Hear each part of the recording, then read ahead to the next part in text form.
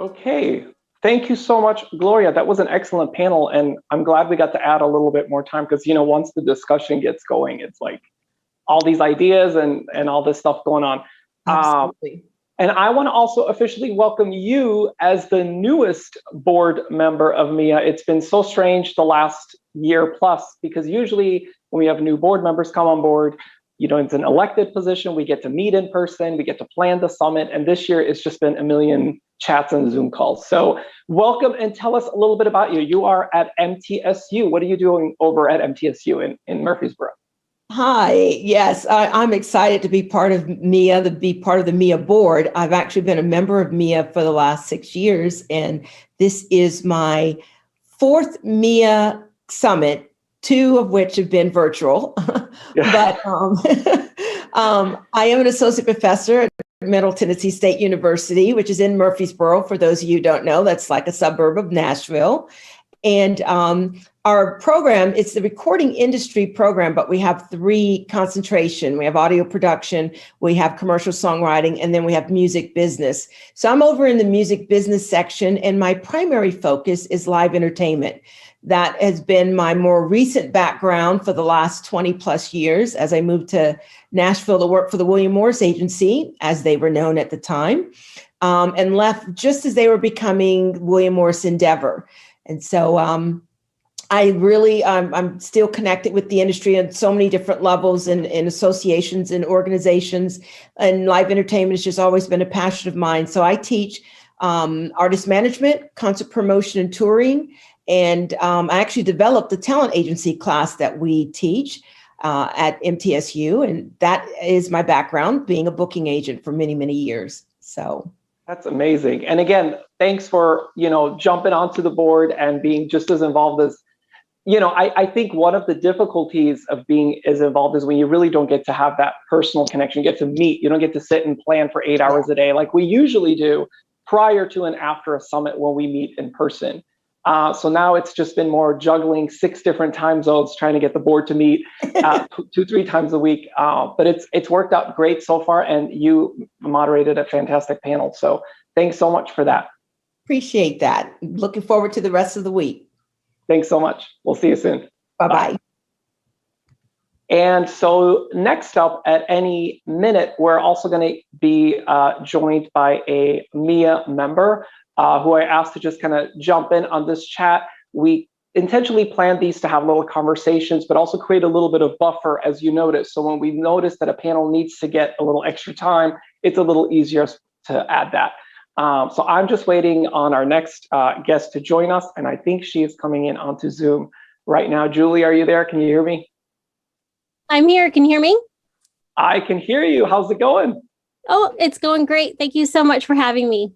Well, Julie Smalley, welcome to my little, I don't know, I guess this is like my chat show all of a sudden. You are over at Johnson & Wales in Providence, correct? I am, yes. Tell us a little bit about what you do and a little bit about your program. Sure. So the program at Johnson & Wales in Providence is a sports, entertainment, and event management program. My portion of that is the entertainment degree, or it's called the Live Entertainment Specialization. And so we have kind of a core of classes that students engage in, and then they can specialize in sport, entertainment, or event. And right now I'm working on developing some of the music industry curriculum for the program, which is really exciting for me.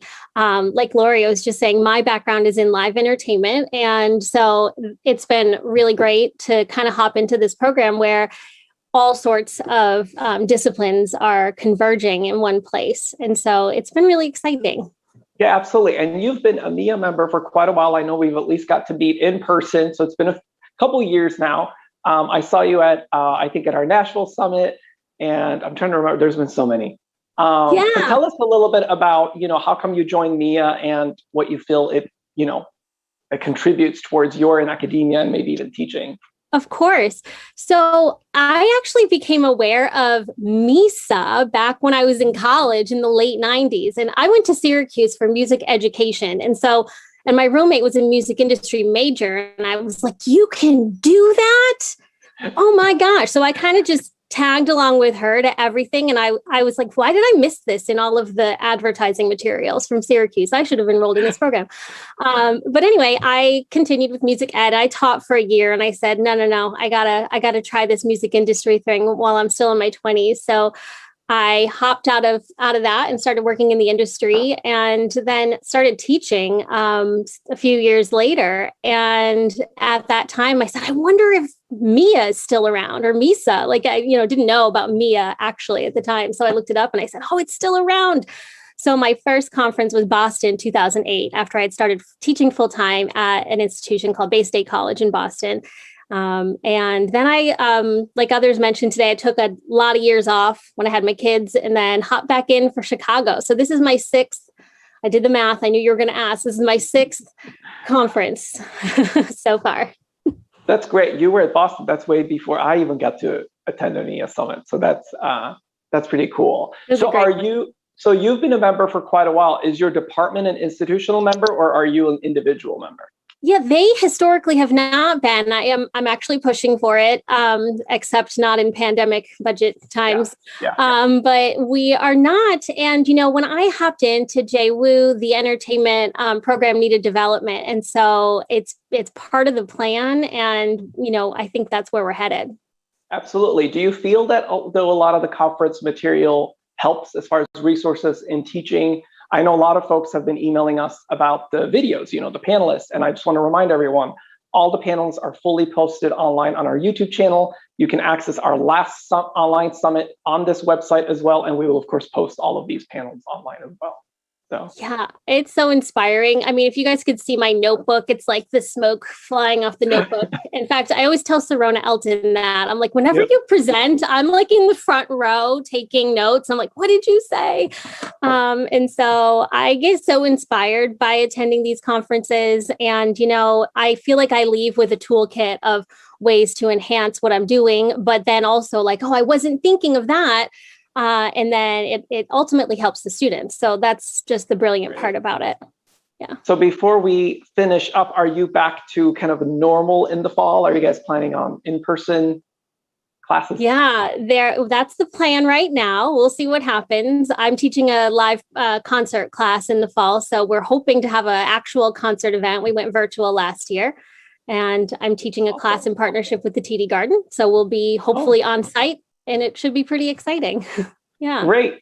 Well, thank you so much, Julie, for joining us. And I look forward to following up later in the conference. Thanks so much. So great to see you. Thank you for everything, Armen.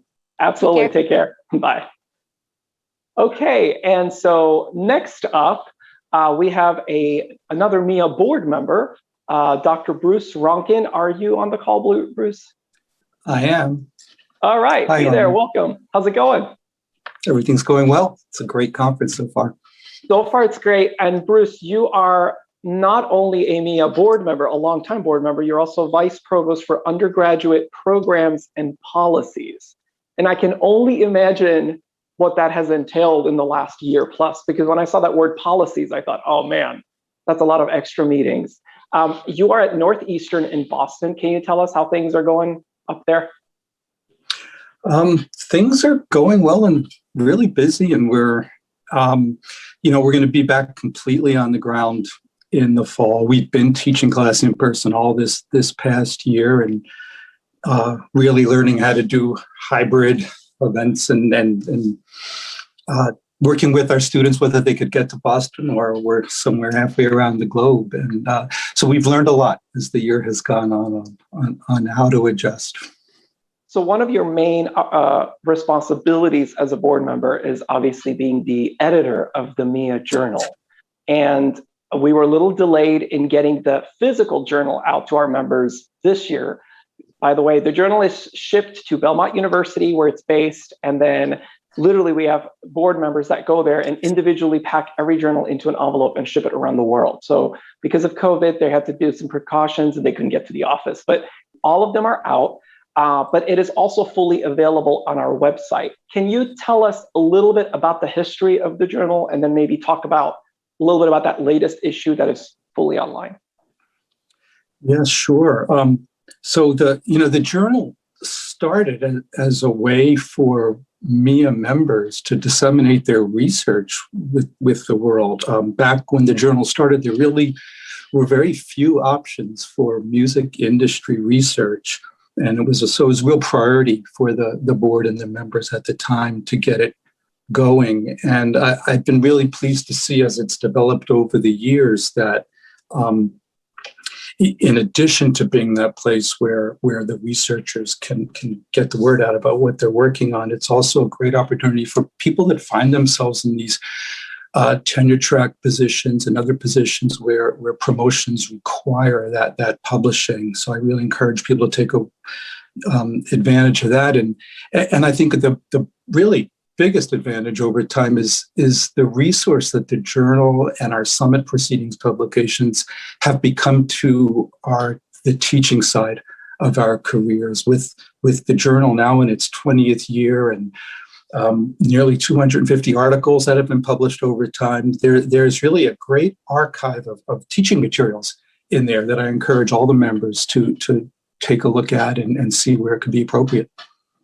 Are there also, so usually every summer is when the deadline is to submit research, and then you get together a team of reviewers? That is right. We have a deadline early summer. This year's is June 25th. So as people are preparing their submissions, keep that date in mind. We have an editorial review board made up of MEIA members as well as industry professionals and other leading scholars who come together and read the submissions, decide which ones are best suited for the publication, and provide feedback to the authors on how to make their works better. If we have a moment, I'd like to recognize this year's panel. So first, I'd like to recognize the journal's two associate editors. Paul Linden at the University of Southern Mississippi really handles that whole summer policy as the submissions come in. He's doing a great job. Ben O'Hara from the Australian College of the Arts is the associate editor who focuses on the book review section of the journal, and he just does a wonderful job in getting together all kinds of interesting reviews. The members who have joined the editorial review committee include Keith Hatchek. I wanted to mention Keith first because he's been doing this for a long time now. Keith, as many of you know, is a widely published author himself, and after many years at University of the Pacific, he's retiring. And so first, congratulations, Keith, on that. The exciting part is that Keith has book projects and research projects that he's working on, and so I look forward to seeing that continue as the years go on. But thank you, Keith, for all of your participation.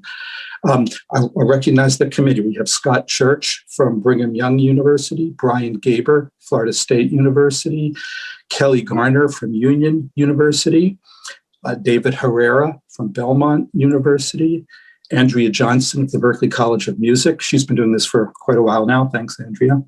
Mike Maxwell, East Central University, John Pliscata from the University of Southern Mississippi, Patrick Preston from Cape Cod Community College, Quint Randall, Brigham Young University, Robert Willey, Ball State University, and Horace Alexander Young, Washington State University. And thanks to all of them. You've got quite a team there helping out.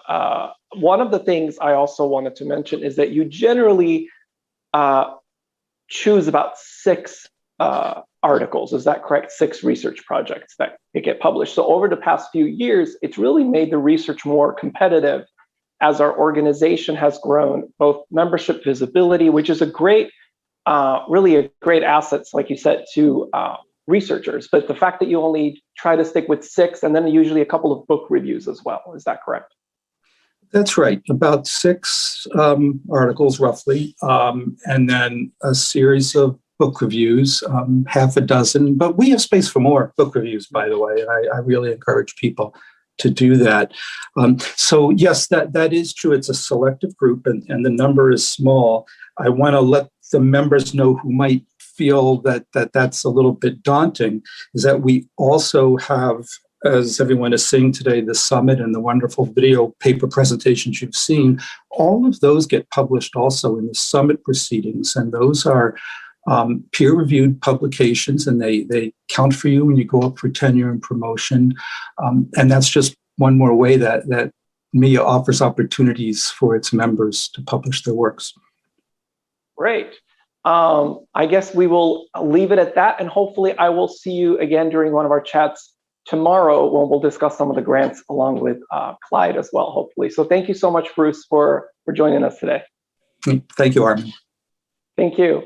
And we're just going to take a really quick break, and then we will be back with Storm and Gigi and the largest panel of the summit, where they're going to have several recent alums in the music industry talking about building back better. So stay tuned, and we'll be back in a couple minutes. Thank you.